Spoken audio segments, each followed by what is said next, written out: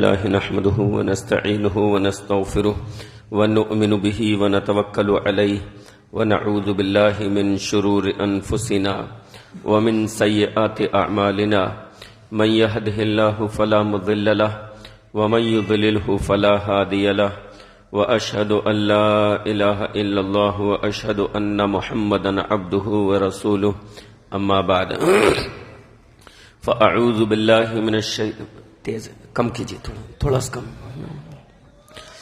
فأعوذ بالله من الشيطان الرجيم بسم الله الرحمن الرحيم يا أيها الناس اتقوا ربكم بس تھوڑا تیز تھوڑا کم بس میڈیم اعوذ باللہ من الشیطان الرجیم بسم اللہ الرحمن الرحیم یا ایہا الناس اتقوا ربکم الذی خلقکم من نفس واحدۃ وخلق منها زوجها وبث منهما رجالا كثيرا ونساء واتقوا الله الذي تساءلون به والأرحام ان الله كان عليكم رقيبا وقال يا أيها الذين آمنوا اتقوا الله حق تقاته ولا تموتن إلا وأنتم مسلمون وقال يا أيها الذين آمنوا اتقوا الله وقولوا قولا سديدا يصلح لكم أعمالكم ويغفر لكم ذنوبكم ومن يطع الله ورسوله فقد فاز فوزا عظيما. ہر قسم کی تعریف، کبریائی، بڑائی، حمد و ثنا اللہ وحدہ لا شریک کے لیے ہے، اور انگنت بے انتہا بے شمار درود و سلام نازل ہو سید المرسلین رحمت للعالمین جناب محمد الرسول اللہ صلی اللہ علیہ وسلم پر. اللہم صلی علی محمد وعلی آل محمد کما صلیت علی ابراہیم وعلی آل ابراہیم انک حمید مجید. اللہم بارک علی محمد وعلی آل محمد کما بارکت علی ابراہیم وعلی آل ابراہیم انک حمید مجید. آج کا موضوع ہے اللہ کی مدد کے اسباب. آج امت مسلمہ پر جو حالات ہیں اس سے ہر ذی شعور شخص اچھی طرح سے واقف ہے. مسلمانوں کا خون سستا ہو چکا. مسلمانوں کے علاوہ کسی کا اگر ایک شخص بھی مرتا ہے یا ظلماً اس پر قاتلانہ حملہ ہوتا ہے اور کوئی بات ہو جائے تو میڈیا اس نیوز کو سر پر اٹھا لیتی ہے، خوب بڑھا چڑھا کر دکھایا جاتا ہے. لیکن مسلمانوں کے خون ناحق بہنے کی صرف ایک رپورٹنگ کے طور پر تو میڈیا اس کو پیش کرتا ہے، لیکن جس طریقے سے اس خون ناحق کے بہنے پر سوالات اٹھنے چاہیے، ایک ہمدردی ہونی چاہیے، وہ چیز نظر نہیں آتی. خود مسلمان اس طرح کی نیوز کے، اس طرح کی خبروں کے عادی ہو چکے کہ بھئی مسلمانوں کا تو کہیں نہ کہیں خون بہتا ہی رہتا ہے. اور پھر ہر مسلمان کو یہ شکوہ ہے، یہ شکایت ہے، یہ انتظار ہے کہ اللہ رب العالمین کی مدد آخر کیوں نہیں آتی، اللہ رب العالمین کی نصرت آخر کیوں نازل نہیں ہوتی. تو آج کے اس خطبے میں اللہ رب العالمین کی مدد کے اسباب آپ کے سامنے بیان کیے جائیں گے. سب سے پہلی چیز تو یہ کہ ایک مسلمان کا یہ عقیدہ ہونا چاہیے، یہ ایمان ہونا چاہیے کہ مدد صرف اور صرف اللہ ہی کی طرف سے آتی ہے. اگر اللہ رب العالمین مدد کرنا چاہے تو اللہ تعالی کمزوروں کو بھی فتح عطا فرما دے. اللہ رب العالمین چھوٹی سی جماعت کو بڑے جتھوں پر، بڑے لاؤ لشکر پر فتح عطا فرما دے. کمزور گروہ کو بھاری بھرکم گروہوں پر اللہ تعالیٰ اگر چاہے تو فتح عطا فرما دے. تو مدد جو ہے وہ صرف اور صرف اللہ کی طرف سے آتی ہے. یہ ایک مسلمان کا پختہ ایمان ہونا چاہیے. اللہ کی طرف سے مدد نہ آئے تو اپنا محاسبہ کیا جائے، اپنے اعمال پر، اپنے عقائد پر نگاہ ڈالی جائے، لیکن ایمان یہی ہونا چاہیے کہ مدد اگر آئے گی تو اللہ رب العالمین ہی کی طرف سے آئے گی۔ اللہ رب العالمین قرآن مجید میں ارشاد فرماتا ہے وَمَن نَّصْرُ إِلَّا مِنْ عِنْدِ اللَّهِ الْعَزِيزِ الْحَكِيمِ، کہ مدد جو ہے وہ تو اللہ ہی کی طرف سے ہوتی ہے جو کہ غالب ہے، حکمتوں والا ہے، غالب ہے۔ تو اللہ تعالی دنوں کو تو الٹتا پلٹتا رہتا ہے، عروج و زوال چلتا رہتا ہے کہ کبھی کسی قوم کا عروج ہے اور کبھی اس کا زوال، تو زمانے کے یہ ایام تو تبدیل ہوتے رہتے ہیں۔ وَتِلْكَ الْأَيَّامُ نُدَاوِلُهَا بَيْنَ النَّاسِ، دنوں کے یہ ایام جو ہیں، یہ حالات جو ہیں، تاریخ کا رخ جو ہے وہ بدلتا رہتا ہے، کبھی عروج اور کبھی زوال۔ لہذا جس وقت زوال چل رہا ہو اس وقت اللہ رب العالمین سے بدظن ہونے کی ضرورت نہیں، بلکہ اللہ رب العالمین کی قربت اختیار کرنے کی ضرورت ہے، اللہ کو راضی کرنے کی ضرورت ہے، ان اسباب کو اختیار کرنے کی ضرورت ہے کہ جن کی وجہ سے اللہ رب العالمین مدد فرماتا ہے۔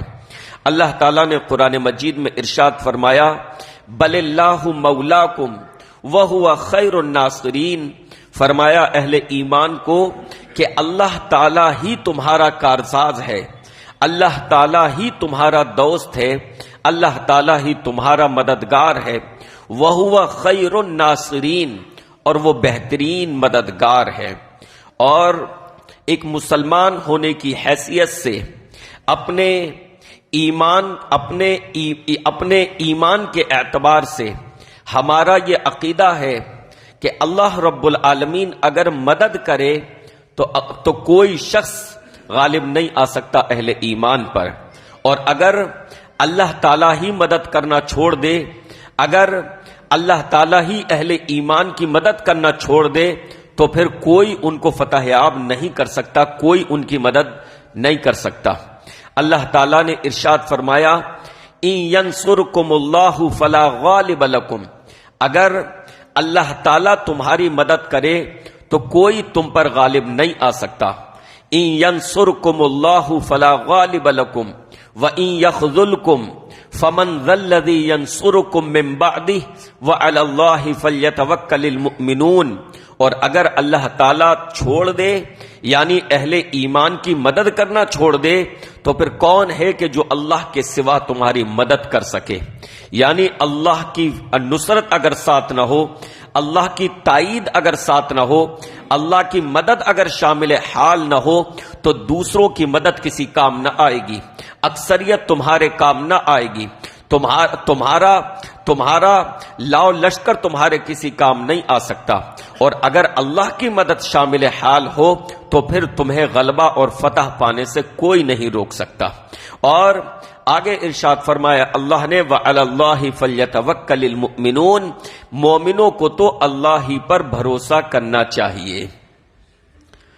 تو قرآن مجید کی یہ جتنی آیات ہیں، یہ ساری آیتیں ایک مسلمان کو یہ درس دیتی ہیں، ایک مسلمان کو یہ سکھاتی ہیں کہ اس کا عقیدہ و ایمان یہ ہونا چاہیے کہ مدد اللہ کی طرف سے ہوتی ہے، اللہ کے علاوہ کوئی اور مدد نہیں کر سکتا، اللہ کے علاوہ کوئی اور مددگار نہیں ہے، بلکہ اللہ تعالیٰ نے ان لوگوں کے تعلق سے ارشاد فرمایا جو غیر اللہ سے مدد طلب کرتے ہیں والذین تدعون من دونہ لا یستطیعون نصرکم ولا انفسہم ینصرون، اللہ کے علاوہ تم جن کو پکارتے ہو وہ تمہاری کوئی مدد کرنے کی طاقت نہیں رکھتے، بلکہ وہ خود اپنی مدد بھی نہیں کر سکتے۔ تو اللہ تعالیٰ نے قرآن مجید میں یہ پختہ عقیدہ و ایمان دیا ہے کہ ایک مسلمان کا عقیدہ یہ ہونا چاہیے کہ مدد جو ہوتی ہے اللہ ہی کی طرف سے ہوتی ہے۔ اگر کسی وقت میں یا کچھ حالات میں یا کچھ زمانے میں اللہ کی مدد نہیں آ رہی ہے، اللہ کی نصرت نہیں آ رہی ہے، تو یقیناً ہمیں اللہ ہی کی طرف رجوع کرنے کی ضرورت ہے، یقیناً ہمیں اللہ ہی کی طرف لو لگانے کی ضرورت ہے، ہمیں اپنا محاسبہ کرنے کی ضرورت ہے کہ وہ کون سی چیزیں ہیں کہ جن کا حکم اللہ رب العالمین نے دیا اور اللہ کے حکم کے مطابق ہم نے عمل نہیں کیا، ہم سے اس کے فرمان کی حکم عدولی ہوئی، ہم اس کے نافرمان بن گئے کہ جس وجہ سے اللہ رب العالمین کی فتح نصرت رک گئی، اللہ رب العالمین کی تائید اور مدد رک گئی۔ اب آئیے وہ اسباب بیان کیے جائیں کہ جن کی وجہ سے اللہ رب العالمین مدد فرماتا ہے۔ سب سے پہلا سبب، جیسا کہ ان آیات سے ثابت ہے قرآن مجید کی، کہ اللہ تعالی مدد کن کی فرماتا ہے؟ اہل ایمان کی، مومنوں کی۔ تو ایمان جس قدر مضبوط ہوگا اللہ رب العالمین ویسی ہی مدد فرمائے گا۔ جن کا عقیدہ و ایمان پختہ ہوگا اللہ رب العالمین مدد فرمائے گا۔ آج حال یہ ہے کہ اللہ پر سے ہمارا ایمان کمزور ہو چکا ہے، ہمارا ایمان متزلزل ہو چکا ہے، اور جن قوموں کا ایمان پختہ ہوتا ہے اللہ رب العالمین ضرور ان کی مدد فرماتا ہے۔ ماضی میں اللہ رب العالمین نے اسلامی لشکروں کو فتح عطا فرمائی ہے کیونکہ ان کا ایمان پختہ تھا، اللہ رب العالمین پر ان کا بھروسہ پختہ تھا۔ تو اللہ تعالی مدد جو فرماتا ہے اہل ایمان کی مدد فرماتا ہے، تو ہمارا ایمان جس قدر مضبوط ہوگا اللہ رب العالمین کی نصرت اور مدد اسی قدر شامل حال ہوگی۔ اللہ تعالیٰ نے ارشاد فرمایا وَكَانَ حَقًّا عَلَيْنَا نَصْرُ الْمُؤْمِنِينَ، اہل ایمان کی مدد کرنا ہم پر حق ہے، اہل ایمان کی مدد کرنا ہم پر حق ہے۔ تو اللہ رب العالمین نے اہل ایمان کی، مومنوں کی مدد کرنے کا وعدہ فرمایا ہے۔ اسی طریقے سے اللہ رب العالمین نے ارشاد فرمایا ان اللہ یدافع عن الذین آمنوا ان اللہ لا يحب كل خوان کفور، بے شک اللہ رب العالمین اہل ایمان کی طرف سے دفاع فرماتا ہے، اللہ رب العالمین اہل ایمان کی طرف سے دفاع فرماتا ہے، اور اللہ تعالی خیانت کرنے والوں اور ان اللہ لا يحب كل خوان کفور، اللہ تعالیٰ خیانت کرنے والوں کو اور ناشکری کرنے والوں کو پسند نہیں فرماتا، ان کی مدد اللہ رب العالمین نہیں فرماتا۔ تو اہل ایمان کی اللہ نے مدد کا وعدہ فرمایا ہوا ہے، لہٰذا ہمیں اپنے ایمانوں کا جائزہ لینے کی ضرورت ہے کہ کہیں ایسا تو نہیں ہے ہمارے ایمان میں کمی واقع ہو گئی ہے، ہمارے ایمان میں وہ پختگی نہیں ہے جو پختگی صحابہ اکرام کے ایمان میں تھی، ہمارے ایمان میں وہ پختگی نہیں ہے جو پختگی اسلاف کے ایمان میں تھی، کہیں اللہ پر ہمارا ایمان متزلزل تو نہیں ہو گیا، ہم دنیا کی طاقتوں سے تو نہیں ڈرنے لگے، ہم اللہ کے مقابلے میں دنیاوی طاقتوں سے تو نہیں ڈرنے لگے، کہیں ہم اللہ کے مقابلے میں کفر سے خوف زدہ تو نہیں ہیں، تو ہمارے ایمان میں ضرور کہیں نہ کہیں کمزوری ہے، کہیں نہ کہیں کمزوری ہے، جس کی وجہ سے اللہ رب العالمین کی مدد جیسی کی آنی چاہیے ویسی مدد اللہ رب العالمین کی نہیں آتی۔ نمبر 2، اللہ رب العالمین کی مدد کے لیے ضروری ہے اخلاص۔ نیت جب تک کہ خالص نہ ہو تب تک اللہ رب العالمین کی مدد نہیں آتی۔ نیت، انسان کی نیت کہ وہ کس نیت کو لے کر اپنا مشن چلا رہا ہے، دنیاوی چیزوں کے لیے، شجاعت و بہادری کے لیے، زمین کے ٹکڑے کے لیے، یا اعلاء کلمت اللہ کے لیے، اللہ کا کلمہ بلند کرنے کے لیے، وہ کس وجہ سے وہ کس چیز کے بارے میں جو ہے جد و جہد اور کوشش کر رہا ہے۔ تو اللہ کی مدد جو آتی ہے، اگر آپ اسلامی تاریخ پر نگاہ ڈالیں گے، جن کی نیت اعلاء کلمت اللہ کی تھی، اللہ رب العالمین نے ان کی مدد کا وعدہ فرمایا ہے، اللہ تعالیٰ نے ان کی مدد کا وعدہ فرمایا ہے۔ تو اخلاص نیت یہ ضروری ہے، اور اگر اخلاص نہ ہو تو اللہ کی مدد کیا آئے گی؟ اللہ تعالیٰ اس کے عمل ہی کو قبول نہیں فرمائے گا. جیسا کہ بخاری و مسلم کی حدیث کہ اللہ کے نبی علیہ الصلوۃ والسلام نے فرمایا، اللہ تعالیٰ 3 لوگوں کا فیصلہ قیامت کے دن فرمائے گا، یعنی ان کے تعلق سے حکم صادر فرمائے گا.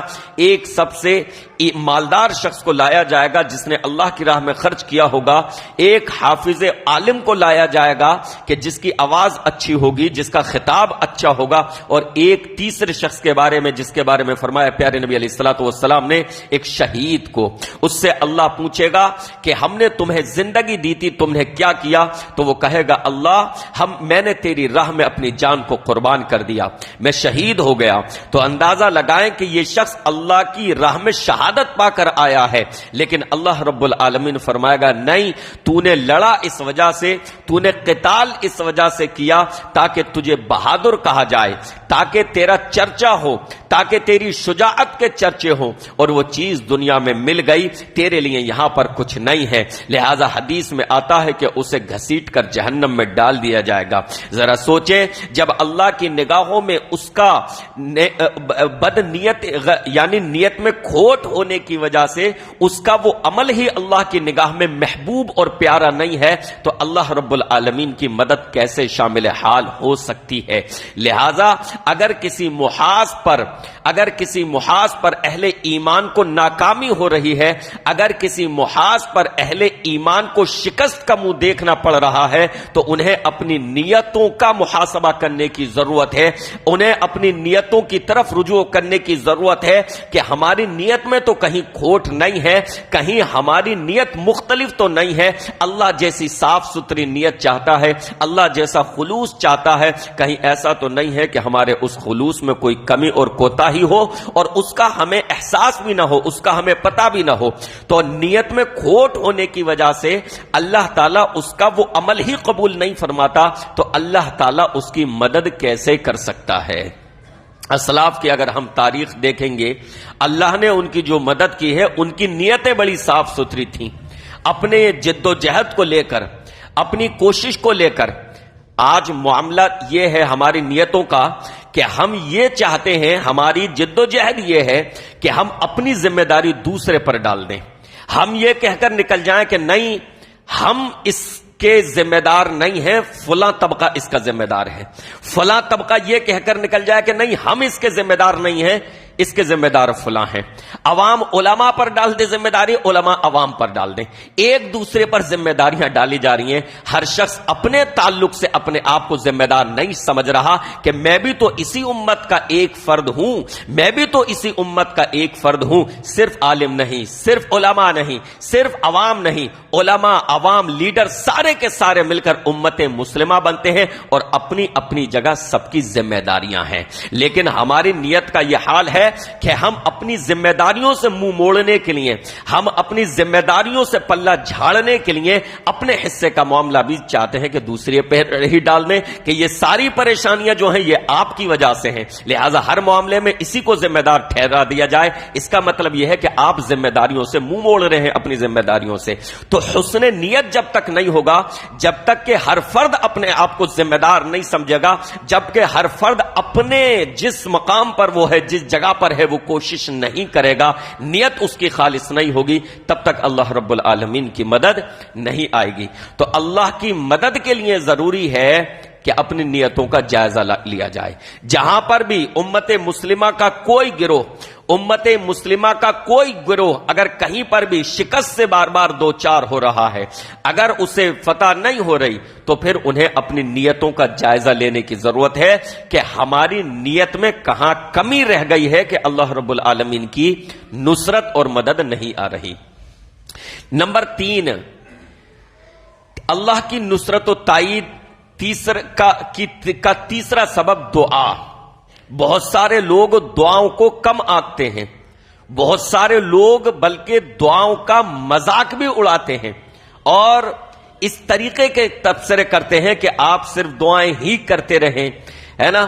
تو جان لیجئے کہ دعائیں بھی اہل ایمان کا ہتھیار ہیں، دعائیں کمزوروں کا ہتھیار ہیں، اور اللہ رب العالمین دعاؤں کو قبول فرماتا ہے. لیکن اس کے ساتھ یہ ضرور ہے کہ کب؟ جبکہ اپنی حد تک کوشش پوری کر لی جائے.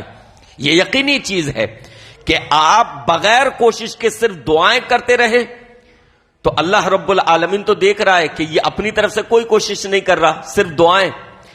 لیکن اپنی حد تک کوشش کی جائے، پھر انسان جہاں تک مجبور ہو کہ یار اب اس سے زیادہ میری استطاعت نہیں ہے، تو پوری کی پوری اللہ رب العالمین سے وہ مدد طلب کرے گا. تو اللہ رب العالمین دعائیں سنتا ہے کوششوں کے باوجود، اور دعا جو ہے مومن کا ہتھیار ہے.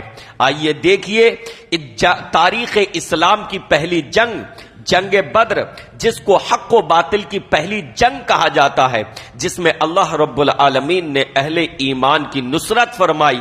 پہلی جنگ، ایک طرف 313 مسلمان ہیں، ایک طرف 1000 کا دشمنان اسلام کا لشکر ہے، اور اس مسلمانوں کے اس گروہ کا عالم یہ ہے کہ صرف 313 ہیں. ان کے پاس بھی ہتھیاروں کی کمی ہے. کسی کے پاس ڈھال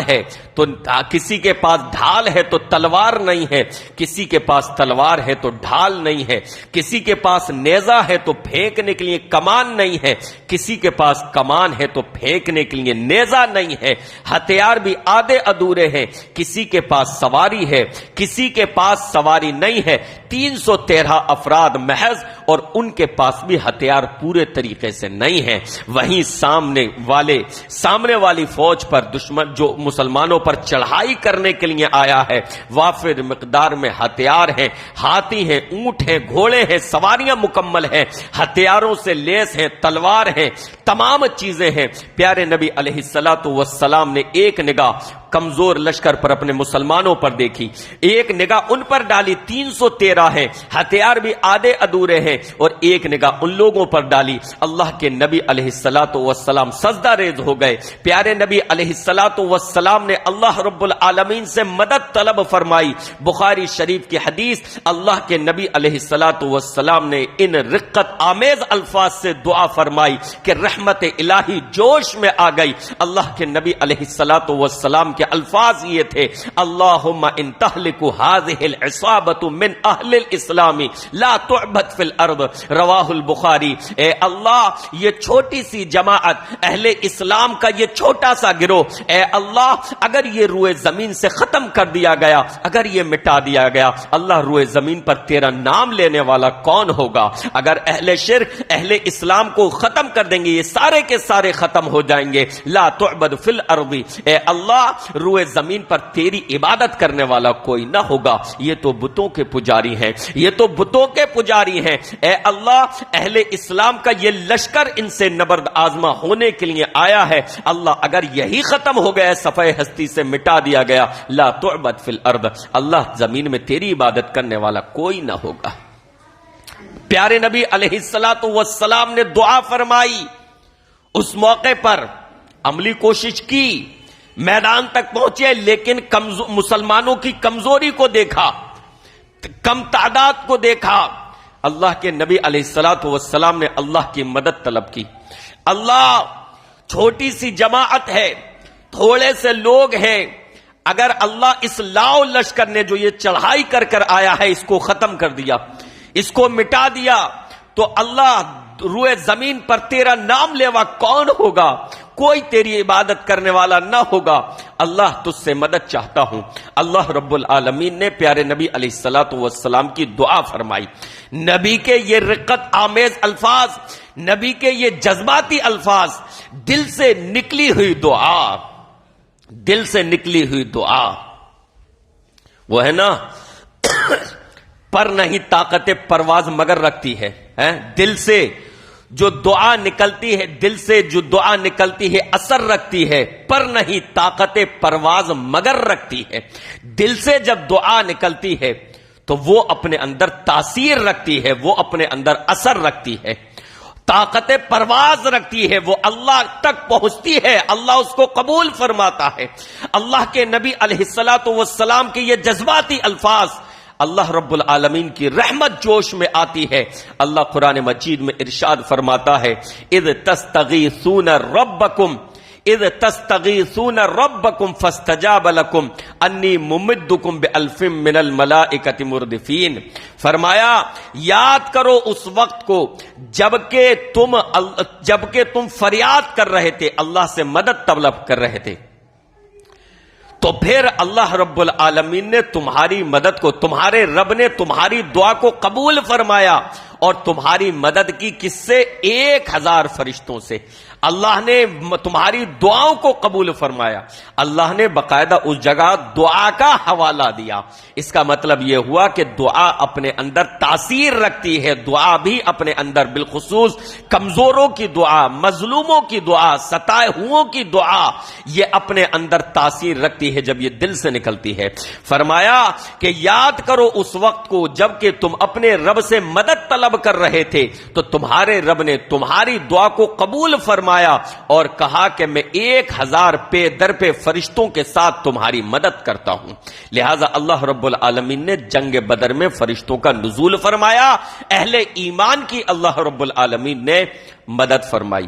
تو تیسرا اہم سبب جو ہے کہ اللہ رب العالمین سے دعائیں، لیکن یہ دعائیں دل سے ہونی چاہیے. یہ دعائیں اللہ رب العالمین سے دل سے ہونی چاہیے. یہ دعائیں نمازوں میں بھی ہو سکتی ہیں قنوت نازلہ کی شکل میں، اور یہ دعائیں انفرادی طور پر بھی ہو سکتی ہیں کہ انفرادی طور پر، کیونکہ تنہائی میں، خلوت میں انسان کے اندر جو خلوص ہوتا ہے وہ جماعت، وہ سب کے سامنے نہیں ہوتا.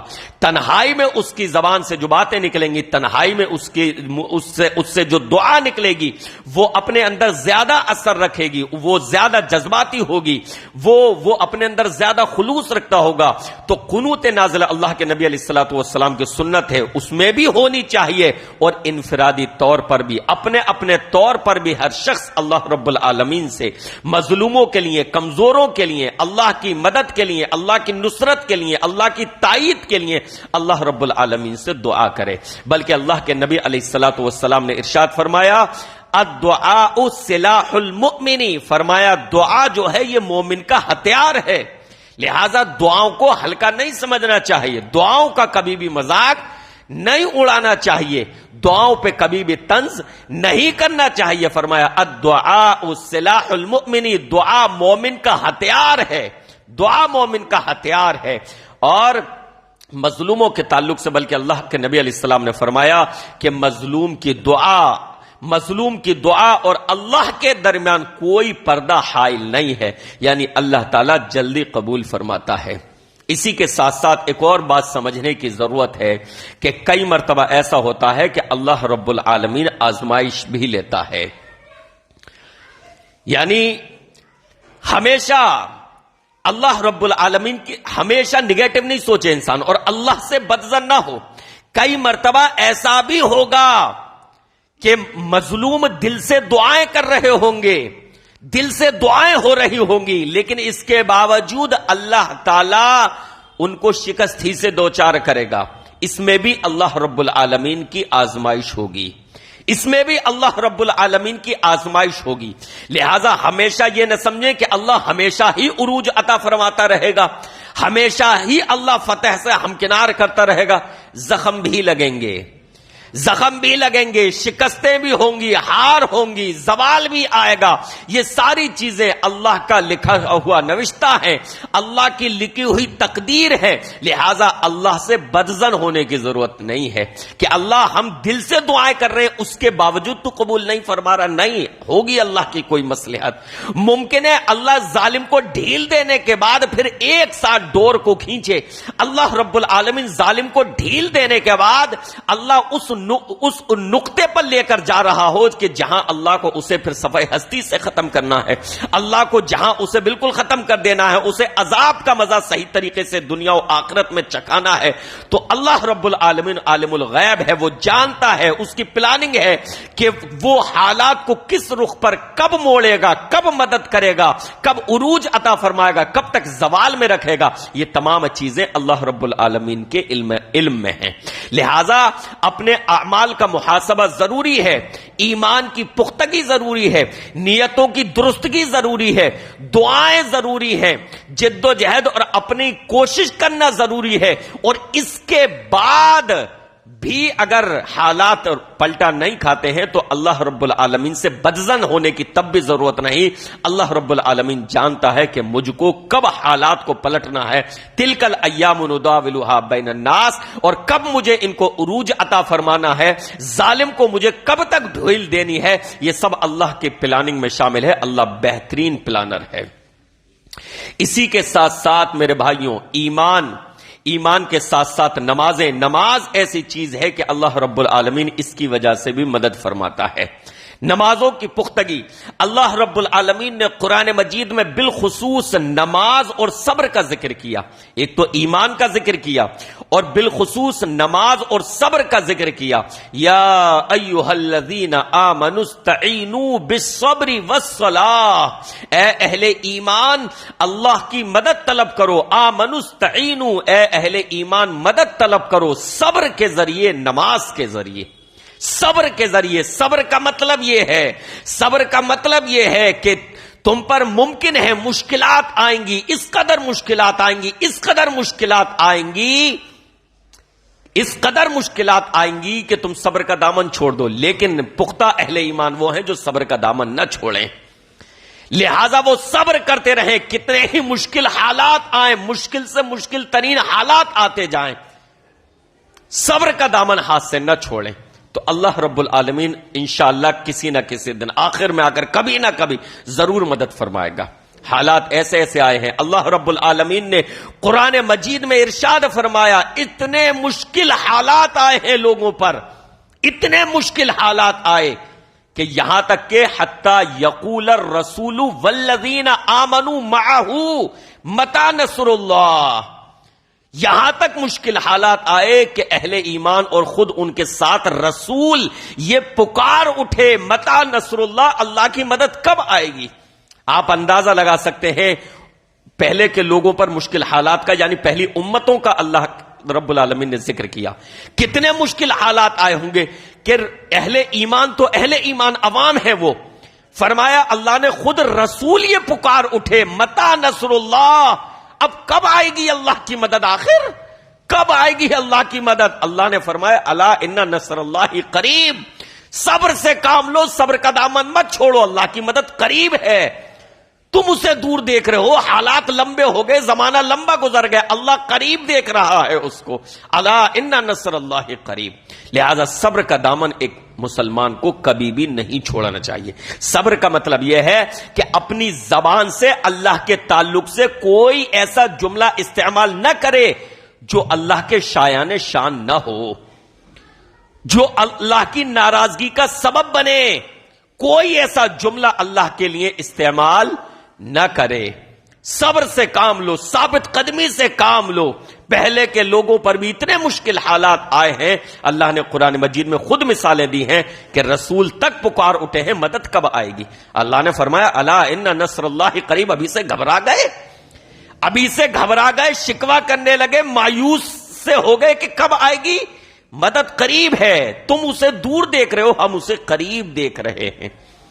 تو اللہ رب العالمین سے مدد ہمیشہ صبر. اور دوسری چیز کیا بتائی اس آیت میں؟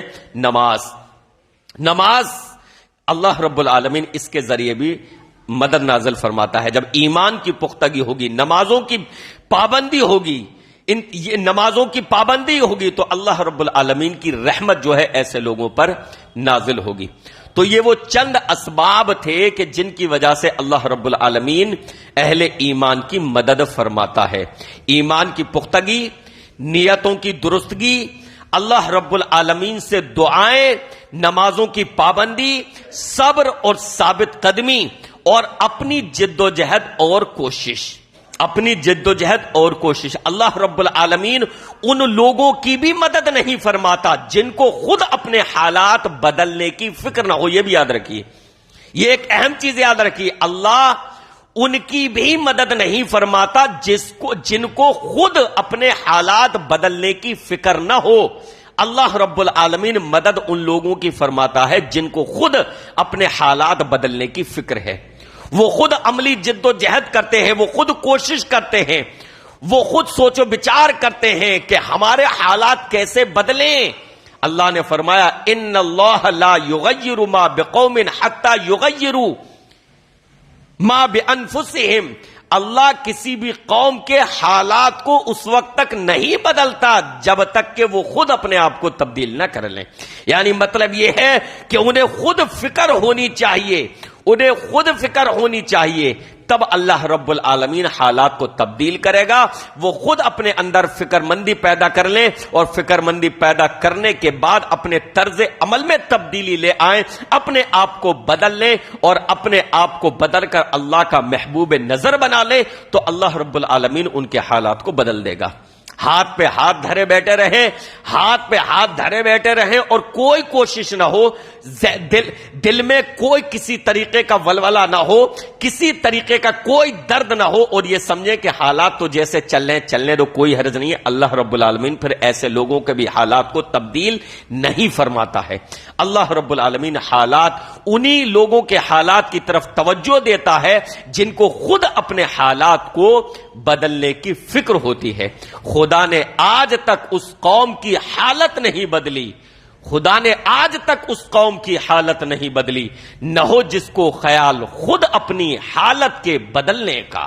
تو اللہ رب العالمین کی مدد کا ایک اور آخری سبب کیا ہے اہم، کہ خود لوگوں کو اپنے حالات کو بدلنے کی فکر ہونی چاہیے، اور اس کے لیے وہ عملی کوشش اور جد و جہد کریں. اللہ رب العالمین سے دعا ہے کہ رب العالمین ہماری بدعملیوں کی طرف نہ دیکھتے ہوئے، رب العالمین ہماری بدعملیوں کی طرف نہ دیکھتے ہوئے اللہ اپنی نصرت نازل فرمائے، اپنی مدد نازل فرمائے، اور اللہ ہمیں اپنے اندر تبدیلی لانے کی توفیق عطا فرمائے، ہمیں اپنے ایمان میں پختگی پیدا کرنے کی توفیق عطا فرمائے، اللہ ہمیں عمل سے جڑنے کی توفیق عطا فرمائے، اپنی نیتوں کو درست کرنے کی توفیق عطا فرمائے، دل سے اللہ سے دعائیں مانگنے کی توفیق عطا فرمائے، اور اللہ رب العالمین ہمارے اندر ایک انقلاب کی فکر پیدا فرمائے. اللہ رب العالمین ہمارے دلوں میں درد پیدا فرمائے، اور اللہ رب العالمین ہمارے دلوں میں ملت کا، قوم کا جذبہ پیدا فرمائے، اور ہمیں خود اپنے زخموں کی طرف دھیان دینے کی توفیق عطا فرمائے